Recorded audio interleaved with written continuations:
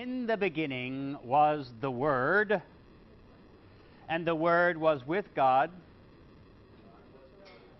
Somebody actually has memorized this. I'm so proud of you. I got me some good Sunday school people in the class, or at least somebody who's done the reading for the day.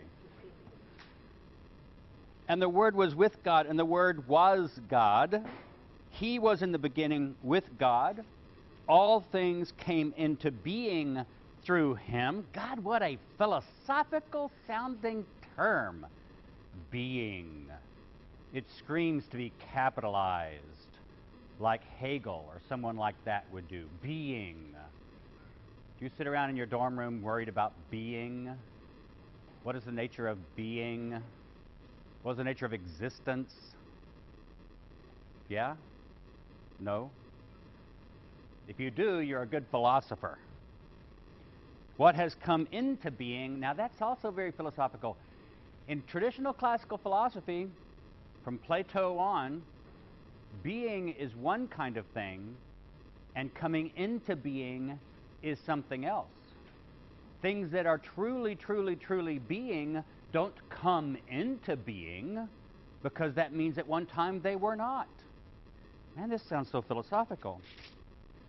And the life was the light of all people. The light shines in the darkness did not overcome it.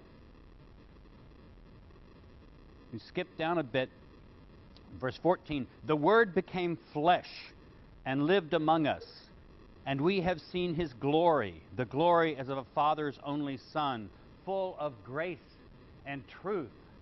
That sounds not only philosophical, but downright theological.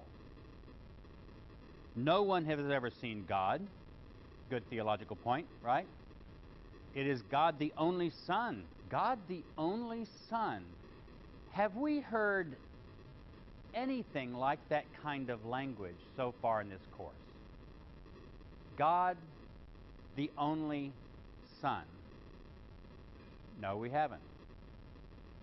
That sounds like a Christian creed. It doesn't sound like Matthew, Mark, and Luke. It doesn't sound like Acts. It doesn't even sound like Thomas. We're in a different world with this gospel. This is not like anything we've seen so far.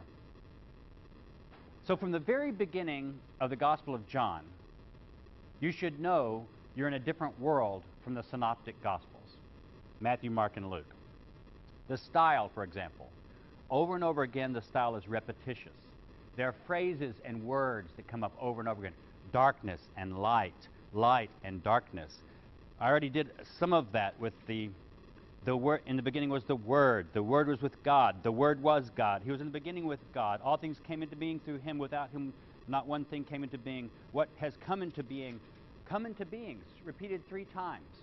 Little clue, don't write your exegesis papers like this.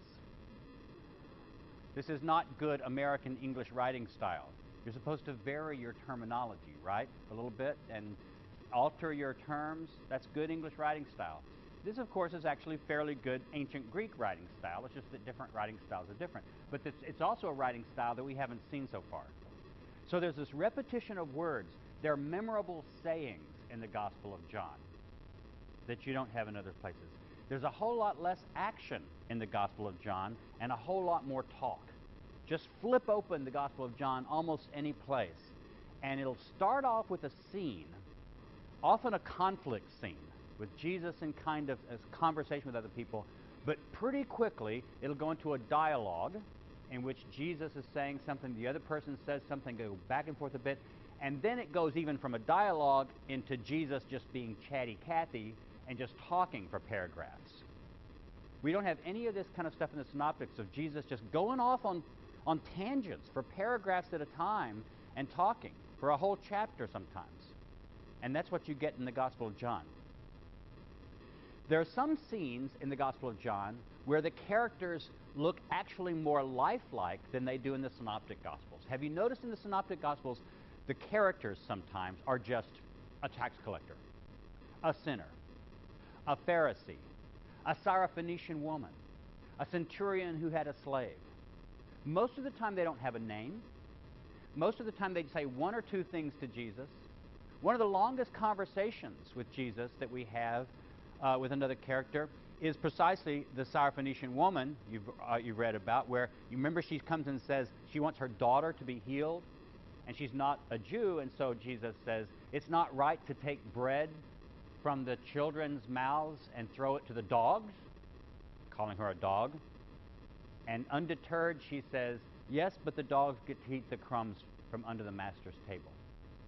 That's one of the longest dialogues that Jesus has with another person, not his disciple, in the Synoptic Gospels. Very different when we get to the Gospel of John. We have this scene, we'll go to it in a minute, where Jesus has a whole chapter talking to Nicodemus. We're told who Nicodemus is, we're told a little bit about him, and then Jesus has a conversation with him. We have a whole scene in which Jesus is talking to this woman at the well, a Samaritan woman. We know more about this woman than we know about just about anybody else in the Synoptic Gospels. We know that she's had 7 husbands. How many people do we know that about? We know that, she's a Samaritan. We know where she lives. We know that she goes out to draw water. So there are a lot of places in the Gospel of John where characters actually look much more lifelike and filled out than they have been in the Gospels that we've read so far. This lecture is going to focus on the Gospel of John, but as you've already figured out, one of the main themes of the course is how were the different forms of early Christianity different from one another? It wasn't just one movement. It's not like some new religion just sprang out of the earth or fell from heaven. So one of the themes of the course has been to look at the different kinds. And the Gospel of John and then the letters of John, 1st, 2nd, and 3rd John, which we'll talk about next time, are a wonderful example of this. In fact, if you look at the syllabus, today's lecture constitutes a certain shift in the syllabus. Because although I am talking about a gospel, and I have been talking about gospels, I put a little subheading under this week that's sort of like the spread of Christianity and how different Christian groups look different. We talked about that with the book of Acts last time. But this time what we're going to do is we're going to use Johannine Christianity, just one of those fancy scholarly words.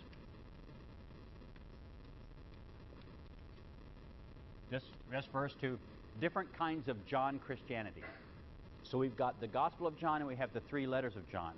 And they are similar enough, although it's quite debatable whether they're all written by the same person. We'll talk about that when we get to the letters of John. But they're similar enough in their writing style and in their terminology and in their theological themes that we believe that all 4 of these documents, the Gospel of John, 1st and 2nd and 3rd John, represent one form of early Christianity. And we're going to call that Johannine Christianity, or some people might pronounce it Johannine Christianity. It's the same thing. So this lecture is going to focus on that. So let's first look at the narrative differences in the Gospel of John. I hope you noticed this when you were reading through it. First, there's this prologue that I started reading at the very beginning of the lecture. It has several major themes that will occur throughout the Gospel, and it's just packed into this prologue. There's, first, Jesus' pre-existence. In no other Gospel do we get the idea that Jesus existed before his birth. That's counterintuitive to a lot of us, because whether you're a Christian or not a Christian, you're used to thinking about Jesus as an eternal divine being who becomes incarnate as a human being, but always existed. That's not in the other Gospels, if you noticed, but it's definitely here in the Gospel of John. So we get the pre-existence of Jesus and his divinity right there in the prologue. You get this theme of life. You get this theme of light and darkness. Jesus comes from light, he comes into darkness, the darkness doesn't receive him, he brings light to his followers. There's the coming into the world. The world is not simply the physical world that you and I know, it's the cosmos. The Greek word, where we get the word cosmology, all the universe. So Jesus comes into the cosmos. So the cosmos as a dark enemy place in which Jesus invades it, in a sense, is one of the major themes of the Gospels that you get right here in the prologue. The world is a place of enmity. The world hates Jesus. The world hates the disciples. The world hates you if you're a follower of Jesus. Birth from God. So there's this idea that people are born from God.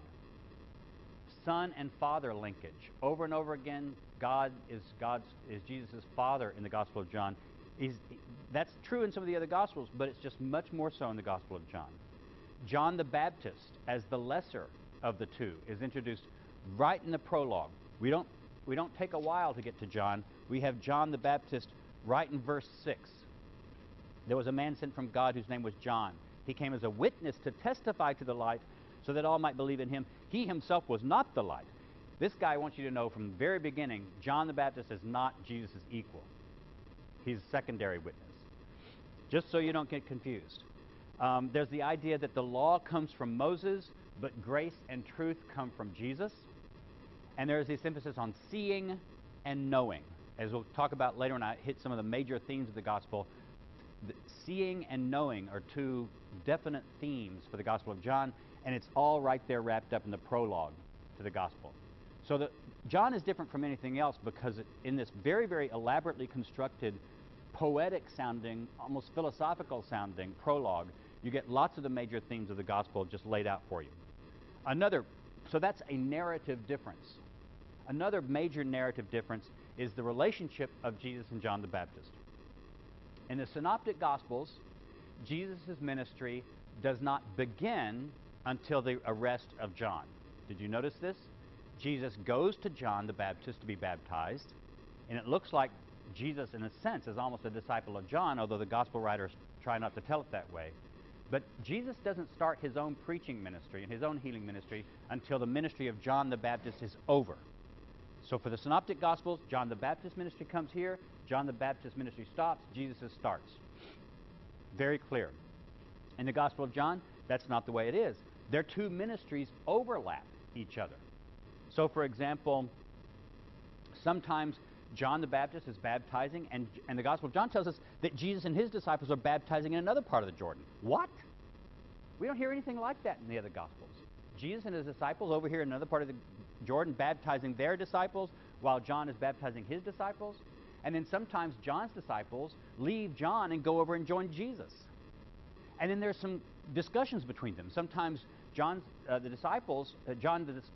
Baptist disciples come and ask Jesus' disciples, well, what does your master do about this or this or that? So there's an overlap of the two ministries that you get in the Gospel of John, and you don't get it all in the other Gospels. Another big difference, Judea and Galilee. If all you had were the first three Gospels, the ideas you would have was that Jesus' entire ministry took place basically in Galilee until the last part of his life. And then he journeys to Jerusalem, and according to the Gospels, he's only basically in Jerusalem for 1 week, and then he's crucified. That's not the way it is in the Gospel of John. In fact, did any of you notice where is the cleansing of the temple incident in the Synoptic Gospels? When does it happen? Come on. Wake up. When does the cleansing of the temple incident happen in Matthew, Mark, and Luke? All three of them. I'm sorry.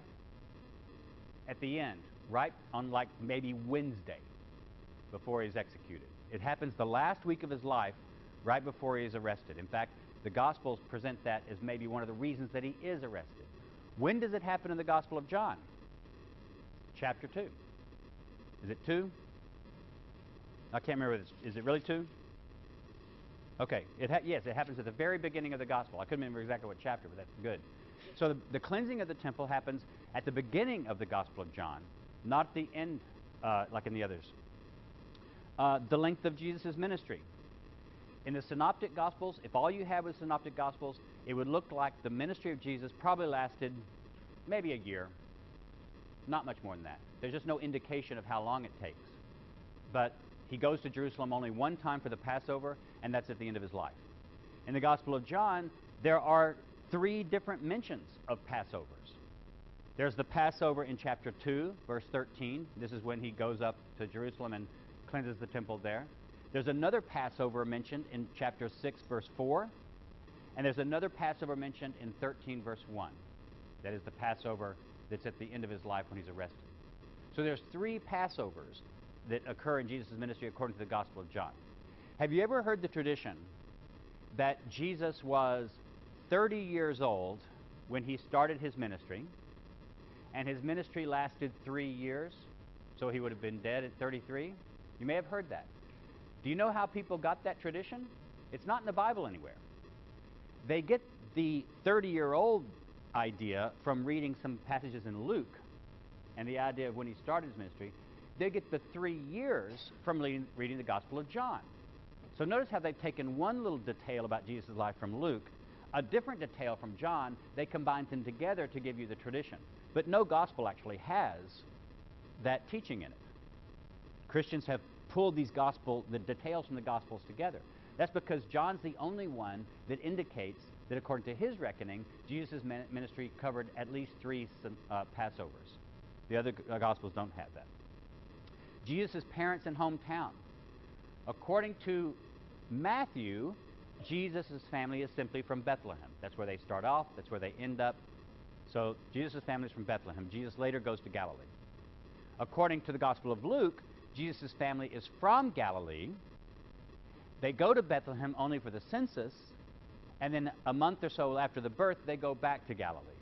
So we've got differences right there. Matthew simply has Jesus' family from Judea in the beginning, and they end up moving to Galilee after they go to Egypt.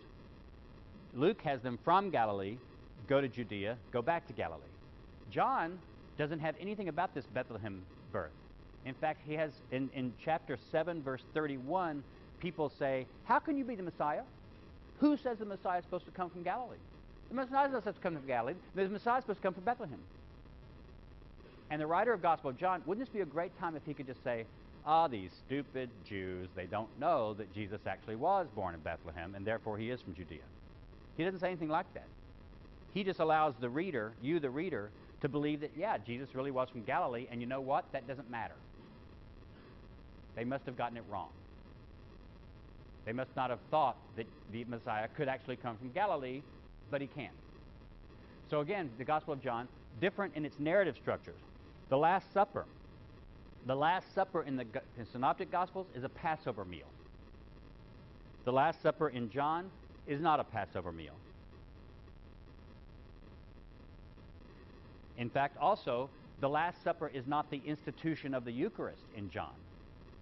In Christian churches, we observe the Mass or the Eucharist, and we say, Jesus established this in his Last Supper with his disciples. Do this in memory of me. That goes back to Matthew, Mark, and Luke. The Gospel of John doesn't have that. There's no place in the Gospel of John where Jesus initiates the Last Supper. He doesn't take the cup, he doesn't take the blood and say, do this in memory of me. What happens at the Last Supper in the Gospel of John? He has a foot washing. There's a foot washing ceremony. Notice again what Christian tradition has done here. Any of you know what Maundy Thursday means in Christian churches? Maundy Thursday refers to the Thursday before Good Friday, which is the Friday before Easter. And on Good Friday, according to the tradition, Jesus was executed. The Thursday night before is when he has the Last Supper with his disciples. Now, in many Christian churches, on the Thursday before Easter, not only will they have the Eucharist service or a communion service, but they'll also have a foot washing service. At the church where I go, the different priests will actually get down on their hands and knees and put towels around themselves and wash the feet of anybody in the church who comes forward on Thursday night before Easter. They're doing that in imitation of Jesus' foot washing of his disciples at the Last Supper in John. But notice what we've done here. Again, Christians have combined the Last Supper and the Eucharist establishment from the Synoptic Gospels with the foot washing service from the Gospel of John. And they put them together.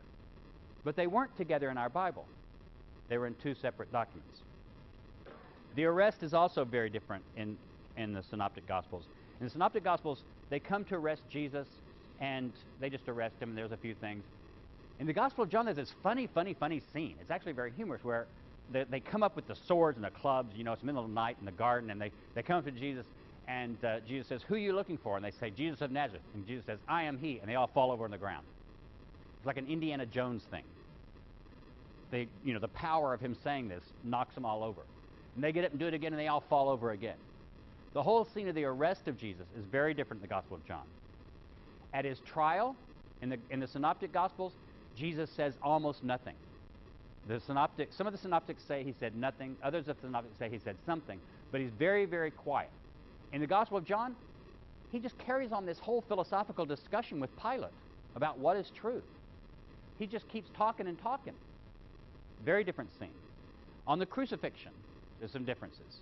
Remember, I'm here rehearsing just narrative differences between the first three Gospels and John. These are places where just the story is different in its details. According to the first three Gospels, the crucifixion takes place on the first day of Passover. The Thursday night supper, remember in Jewish calendar reckoning, a day begins at sundown. So on sundown of Thursday night, that's the beginning of Friday.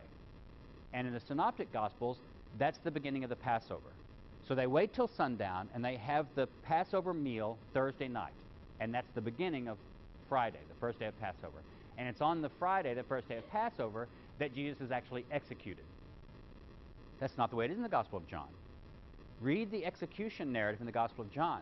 According to the Gospel of John, Jesus is not crucified on the first day of Passover. He's crucified on the day before Passover. And how do we know that? Because it says when they were crucifying him was the same time they were slaughtering the lambs in the temple. Notice, it's a wonderful little symbolism, right? Right when Jesus is being slaughtered, the lambs for the Passover meal are being slaughtered. Because what you'd do, of course, if you were a Jew in Jerusalem, you'd take your lamb to the priests on Thursday. You'd have them slaughter it, pour out the blood. They'd take a little bit of it. Then you take it back home to your family, or to the hotel where you're staying, or to the picnic ground where you're staying, and you cook your lamb, and that's where you have the Passover meal. So according to the Gospel of John, Jesus is executed at the same time that they're slaughtering the lambs, which means he's not executed on the day of Passover, but the day before Passover. Completely different. And the last big narrative difference with the Gospel of John from the Synoptics is this guy named the beloved disciple. Who the hell is the beloved disciple? We don't know who he is. According to Dan Brown and the, what's that awful book? Da Vinci Code, right. According to Da Vinci Code, the beloved disciple is actually a girl, Mary Magdalene. I guess it's because he couldn't believe that Jesus could be, attracted to a guy. So he had to invent a girl to be the beloved disciple. Heterosexist as, modern novelists are. No, the beloved disciple is a man, and we don't even know who he is. He's Jesus' favorite disciple in the Gospel of John. This character doesn't exist in the other Gospels. He's just not there. Now, tradition has said, who was the beloved disciple? Well, it's the John, son of Zebedee, younger brother of James, son of Zebedee. And if you go to the art gallery, which you will later in the semester, we're all going to take a tour of the Yale Art Gallery, you'll see that when John, son of Zebedee, is depicted in art, he's always depicted as a young man without a beard, very beautiful, almost feminine looking, because he's sort of representing the boy that Jesus loved. Well, we don't know that it was John. The Gospel of John doesn't tell us it was John. It just tells us it's the beloved disciple. So most scholars are just willing to say whoever this beloved disciple was, and maybe it was just a figment of the literary pretensions of this writer. Maybe there was no historical beloved disciple. We don't know. But he's a strong character in this gospel, and he doesn't appear anyplace else but in this gospel. Notice, in all those ways, the Gospel of John is very different from the other three Gospels. That in itself makes it really interesting to study. It opens up a window for us of an entirely different kind of early Christianity than we would have if we didn't have this gospel. So it's really wonderful. Okay, some major Johannine themes. I'm going to go through this pretty quickly because if you just take a concordance and look up these terms, you can look at all the different places. First, notice that some of these main themes, I've already mentioned some of them when I was talking about the prologue, these main themes occur over and over and over again like the ringing of bells in the Gospel of John. Every once in a while you'll see one in one chapter, and then you might not hear it to the next chapter, a few chapters later, but they'll just keep coming up. So this author hits you over the head several times throughout the Gospel with the same themes coming back at you. One of them is the descending and ascending Redeemer figure. Jesus is the one who came down from above, who's going up. Look at 151. Now we're going to run like bunnies through the text here. So get your text out and be prepared. Lick your finger. Come on, lick your finger. You're not going to get sick. It's your own finger. 151, and he said to him, very truly I tell you, you will see heaven opened and the angels of God ascending and descending upon the Son of Man. So the angels are ascending. Look at 3:13. No one has ascended into heaven except the one who descended from heaven, the Son of Man. Look at 3:31. The one who comes from above is above all. The one who is of the earth belongs to the earth and speaks about earthly things. The one who comes from heaven is above all. And I could go on. 132, 638, 641, 658, 2017. Just look up this coming and rising and look up these words in a concordance, and you'll find they recur over and over in the Gospel of John. Very similar to that one is the theme of being lifted up. So Jesus in 3:14, in 12:32, in 8:28. You don't need to remember these numbers because you can look at a concordance and you can read this and you can just mark out in the margins of your Bible whenever you see this idea. In all of those, Jesus is the one who will be lifted up. And this is a puzzle. One of the things we'll find is the Gospel of John likes puzzles. He likes riddles. So what does this mean when Jesus talks about the Son of Man being lifted up? Does it mean his ascension into heaven? Does it mean his resurrection from the dead? Does it mean his being put on a cross? Because when you nailed somebody on a cross, you did it on the ground and then you put them up like this. So does the lifting up of the Son of Man refer to his crucifixion, or his resurrection, or his ascension, going back to the Father? It's a puzzle. We're never told exactly. And that's one of the wonderful things about this text is that it plays with you all the time. It wants you to wonder about what's being meant here. So that lifted up is one of the themes that goes along with this going up and coming down. And then another part of that theme, see, these themes get complicated, is when Jesus says, everyone who comes to me, when I'm lifted up, I will lift up. So Jesus says he will lift up people who are his disciples. So this going up and coming down is all the way through the Gospels. That's one of the main themes. I mentioned seeing. Okay, we're going to run like bunnies through the text. 1:18. No one has ever seen God. It is God the only Son who is close to the Father's heart, who has made him known. Oh, now see, I should have told you. Knowing is another theme there. We got two themes right in the same verse, seeing and knowing. And the relationship between seeing and knowing in the Gospel of John is also difficult. It's not always clear. Do you know by seeing, or does seeing lead to an inadequate form of knowing? These are big exegetical problems that the Gospel of John poses and scholars argue about. Look at 1:34. And I myself have seen and have testified that this is the Son of God. Okay, I have seen. Look at 1:39. He came to them, come and see. They came and saw where he was staying. In other words, just look in a concordance for every time you find the word see, saw, seeing. And you'll just find it over and over again. Chapter 3, verse 3, chapter 3, verse 11, chapter 3, verse 32, chapter 3, verse 36. Several right there in chapter 3, etc., etc., etc. And again, it's always a little bit difficult to figure out, do you have to see to have faith in the Gospel of John? Or, because it sounds like one place toward the end of the Gospel, Jesus says, blessed are those who believe without seeing. He says to Thomas, blessed are you. You saw and so you believe, so that's okay. Blessed are those who have not seen and believe. So is seeing an inadequate form of faith? Is it better to have faith without seeing, or is seeing necessary for faith? It's a problem. I already mentioned knowing, but I could do the same kind of thing. Chapter 1, verse 18, chapter 8, verse 55, chapter 14, verse 17, over and over again. Where Jesus came from and where Jesus is going is a major theme. With the Jews, often he'll say, you can't go where I'm going. And they say, what is he talking about going? Is he going to go out to the Greeks and preach to the Greeks? Is he going to go back to Galilee? What is he about going? So people are always misunderstanding this. And then one of the other points is signs. What are signs in the Gospel of John?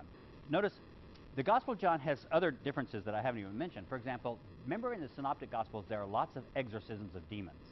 Jesus is going around a lot casting out demons from people. And the demons even confess him. Do you know there's not one exorcism in the Gospel of John. Jesus is not an exorcist in the Gospel of John, as he is in the other three Gospels. Why is that? Obviously, this writer knew that there were stories circulating around that Jesus cast out demons. Why does he not have Jesus doing any casting out of demons in his Gospel? I don't know. There's probably a dissertation there somewhere. You can find an answer. Look at 2:11. So one of the things is that in the other Gospels, they talk about Jesus' miracles, his healings, but a term preferred by this Gospel writer is sign. He talks about the things Jesus did as signs. Now, there's not a lot of them. Jesus doesn't do a whole lot of miracles in the Gospel of John. He does some big important ones that become famous. For example, turning water into wine, which is, of course, every college student's favorite miracle of Jesus. If only he had turned it into beer, that might have been a little bit better, right? But Jesus is famous for turning water into wine, one of his major miracles. It's only in the Gospel of John. It's not in the other Gospels. So some of Jesus' famous miracles are in the Gospel of John, but they're not called miracles in John. They're called signs. So look at 2:11. Jesus did this.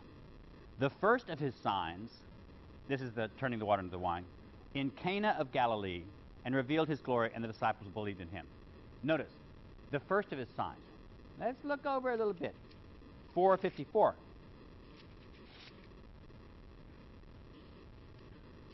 Now this was the second sign that Jesus did after coming from Judea to Galilee.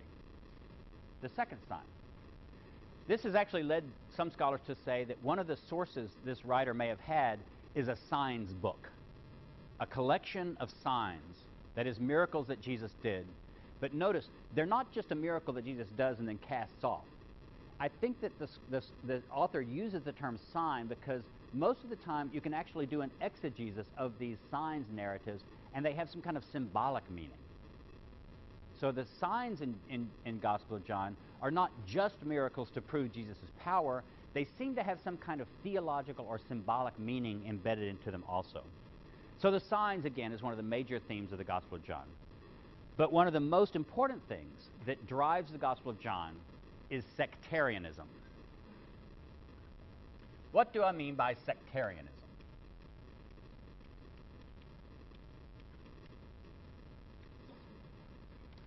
According to sociology of religion, a sect is not necessarily just an insult. In other words, you don't just say, oh, you're just a member of some crazy little sect out there handling snakes or doing other kinds of things.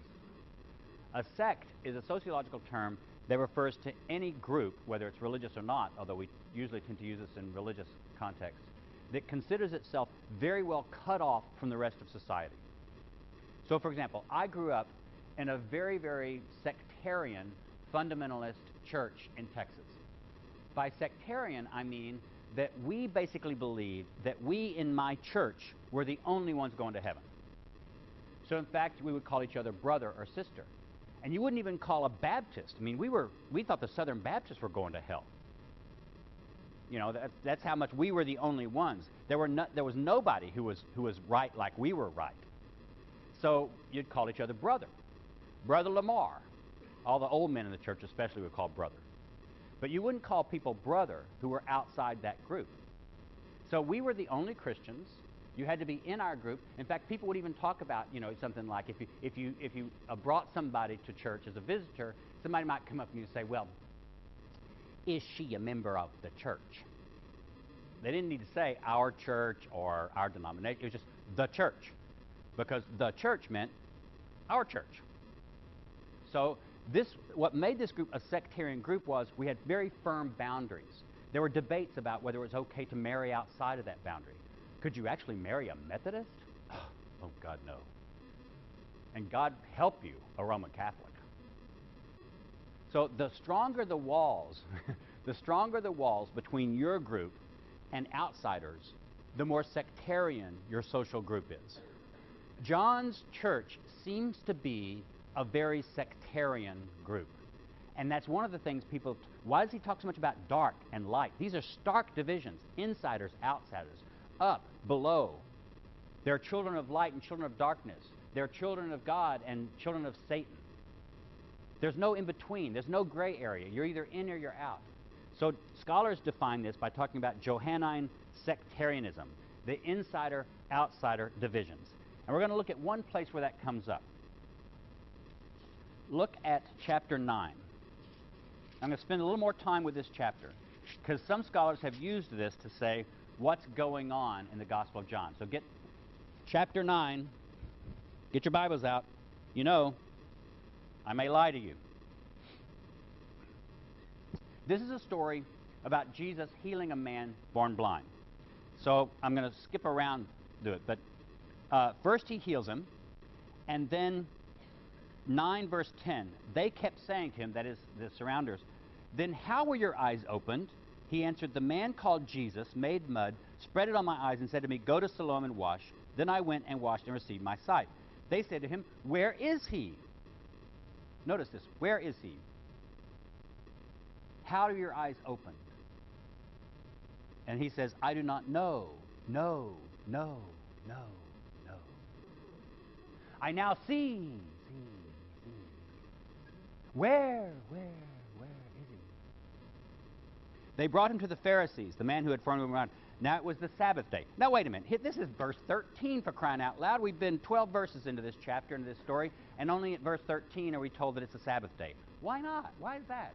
Well, because apparently what started out as a simple healing story, this author has decided to turn into a conflict story. Have you noticed it in a lot of the stories of the Gospels? Some stories just seem to be straightforward miracle stories. Other stories seem to be nature miracles, like not just healings, but power over nature. And then there are lots of stories that are conflict stories. That is, you're told that someone was healed, but the real important part of the story was not necessarily just that they were healed, but that they were healed on the Sabbath, and that starts a conflict between Jesus and other Jews about what's permitted to do on the Sabbath.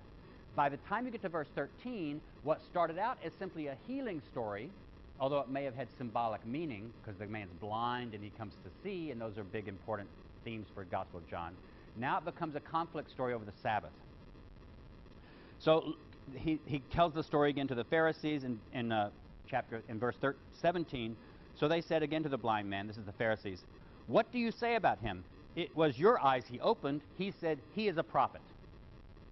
Okay, so that's important.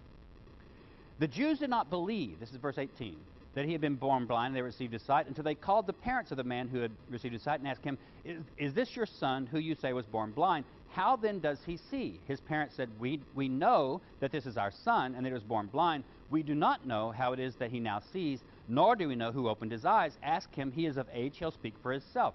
His parents said this. This is the narrator speaking now. His parents said this because they were afraid of the Jews. Now, wait a minute. All the people in this story are Jews. Jesus is a Jew. The blind man's a Jew. His parents are Jews. They're all Jews. Why are we talking about some people being afraid of the Jews? For the Jews had already agreed that anyone who confessed Jesus to be the Messiah would be put out of the synagogue. Now, I hate to tell you folks, but that's just outright anachronistic. There was no movement going on during the life of Jesus where anybody that confessed anybody to be a synagogue would be excommunicated, Jesus to be the Messiah, would be excommunicated from the synagogue. That just didn't happen. There were all kinds of people who thought the Messiah was around. There were debates about this. But you didn't have any synagogue rulers going around saying, well, we're going to make a rule. Anybody who claims that Jesus of Nazareth is the Messiah will be excommunicated. We'll take their union card away from them. They can't come to high holy days. We will return their dues. It just wasn't going on. Now, it may have been going on decades later when this guy wrote the gospel, you see. So now, we'll keep reading. What's going on here, of course, is what you believe about Jesus the Messiah has to do with whether you will be allowed to stay in the synagogue. If you take Jesus to be just a prophet, you might be allowed to stay. If you confess that he's the Messiah, you'll be kicked out of the synagogue. That's the basic conflict of the story. So we keep reading, and they go into more and more conflict. Look at verse 30. Then the man answered, they're basically saying, look, we know Moses. This guy can't be the Messiah. He must be wrong. The man answered, here is an astonishing thing. This is the man born blind who now sees. You do not know where he comes from. And yet he opened my eyes. See, I see. We know that God does not listen to sinners, but he does listen to one who worships him and obeys his will. Never since the world began has it been heard that anyone opened the eyes of a person born blind. If this man were not from God, he could do nothing. They answered him, you were born entirely in sins, and are you trying to teach us? And they drove him out. They kicked him out of the synagogue. Jesus heard that they had driven him out, and when he found him, he said, do you believe in the Son of Man? He answered, and who is he, sir? Tell me so that I might believe in him. Jesus said to him, you have seen him, and the one speaking with you is he. He said, Lord, I believe. And he worshipped him. Jesus said, and this is how the story ends, okay? So this must be important. I came into this world for judgment, so that those who do not see may see. Now is Jesus still talking just about blind people? No. We can see that the whole story was an allegory now. And those who do see may become blind. Some of the Pharisees near him heard this and said to him, surely we're not blind, are we? Jesus said to them, if you were blind, you would not have sin, but now that you say we see, your sin remains. Some scholars have pointed out that what's going on with this chapter 9 in John, is a wonderful way to see how the writer himself has taken what may have been a simple miracle story that he got from tradition about Jesus healing a blind man. And he does a couple of things with it. For one thing, he pulls up to the surface these themes about blindness and seeing and coming from God. And this all plays into the identity of Jesus as the Messiah. And then he tells the story like the blind man is sort of like someone who comes to faith in Jesus as the Messiah. And he recognizes it. But sure enough, if he really confesses that, he's going to be thrown out of the synagogue. And so he leaves the synagogue and he joins up with Jesus. He's thrown out of the synagogue. He becomes a disciple of Jesus. In other words, allegorically speaking, he has to leave the synagogue, and therefore he becomes a member of John's church. There are other people who suspect that Jesus may well be the Messiah. They want to confess him, and they don't do so because they're afraid about being excommunicated from the synagogue. Notice how this story has become an allegory for what's going on in the time of the writing of the piece itself. The gospel writer is telling a story about a blind man, but he's also telling a story about the conflict that his church is having with the synagogue in the neighborhood. And the main thing that's going on here also is that Jesus is the one who brings about this division that takes place. What's the main focus of the division? Christology. Remember I talked last time about different Christologies? What Christology is what do you believe about the nature of Jesus Christ? Is he just human? Is he God? Is he some of both? Is he a prophet? Is he only a prophet? Is he a moral teacher? Is he only a moral teacher? Is he the Son of God? Is he equal to God the Father? All these are options. And the first several hundred years of Christianity is all wrapped up in fights over which of the many different options you have for what you believe about Jesus is going to end up being the right one. What's going to end up as orthodoxy? The Gospel of John is a wonderful place to see this very thing starting out. So look at chapter 5, verse 19. Actually, no. We're going to go back and look at... Yeah, that's right. Let's go look at 5:19. I'm going to back up in a minute and go back to some other dialogues. Don't worry, I'll finish on time today, but we will probably take up again some of the Gospel of John next time before we talk about the letters of John. Chapter 5, verse 19. Jesus said to them, very truly I tell you, the Son can do nothing on his own, but only what he sees the Father doing. For whatever the Father does, the Son does likewise. The Father loves the Son and shows him all that he himself is doing, and he will show him greater works than these, so that you will be astonished. Indeed, just as the Father raises the dead and gives them life, so also the Son gives life to whomever he wishes. The Father judges no one, but has given all judgment to the Son, so that all may honor the Son just as they honor the Father. Anyone who does not honor the Son does not honor the Father who sent him. Verily, truly, I tell you, anyone who hears my word and believes him who sent me has eternal life, and does not come unto judgment, but has passed from death to life. Look at 5:18, right before that. For this reason the Jews were seeking all the more to kill him, because he was not only breaking the Sabbath, but was also calling God his own Father. Now that's so far where you've gotten in the narrative, but notice what the author adds right after that, the next very phrase. Thereby making himself equal to God. Is every son always equal to a father? Go like this.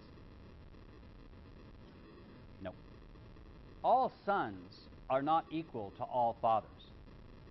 The gospel writer is editorializing because this is what he believes.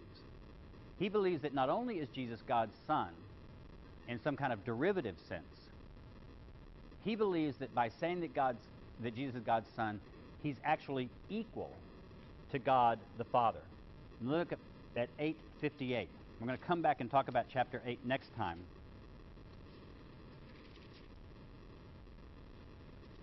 There's this, chapter 8 is one of these classic scenes in the Gospel of John, which start out with Jesus just talking to someone in what seems to be a cordial and relatively peaceful mood. And then as the conversation goes on, things get more and more heated. And people accuse Jesus of things, but Jesus is just as bad. He accuses people of stuff all the time. Ridiculous stuff sometimes. Like they're children of Satan. And the whole thing ends up with this big division. And everybody's starting to throw things at each other. And then the next chapter will start, and you'll see them talking again. And again, it comes down to a big division. So this is the end of chapter 8, which is one of these scenes of a discussion turning into a fight, turning into a brawl, turning into a division. And where does it end? Verse 58, chapter 8, Jesus said to them, very truly, I tell you, before Abraham was, I am. So they picked up stones to throw at him. Isn't that interesting? All he has to say is, I am. Why is that so much of a problem? Where does I am come from? Yes?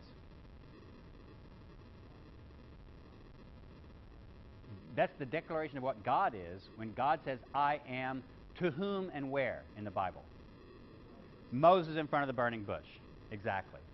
The very name of God, which those of us who are non-Jewish, we usually say is Yahweh. There are only 4 letters, right, in Hebrew. And those 4 letters don't have vowels attached to them. So we're not really sure how to pronounce them. In your English Bible, they're usually translated by Lord in small caps. Whenever you see Lord in small caps in your English translation of the Hebrew Bible, that means that the tetragrammaton, the 4 letters of God's name, are in the Hebrew.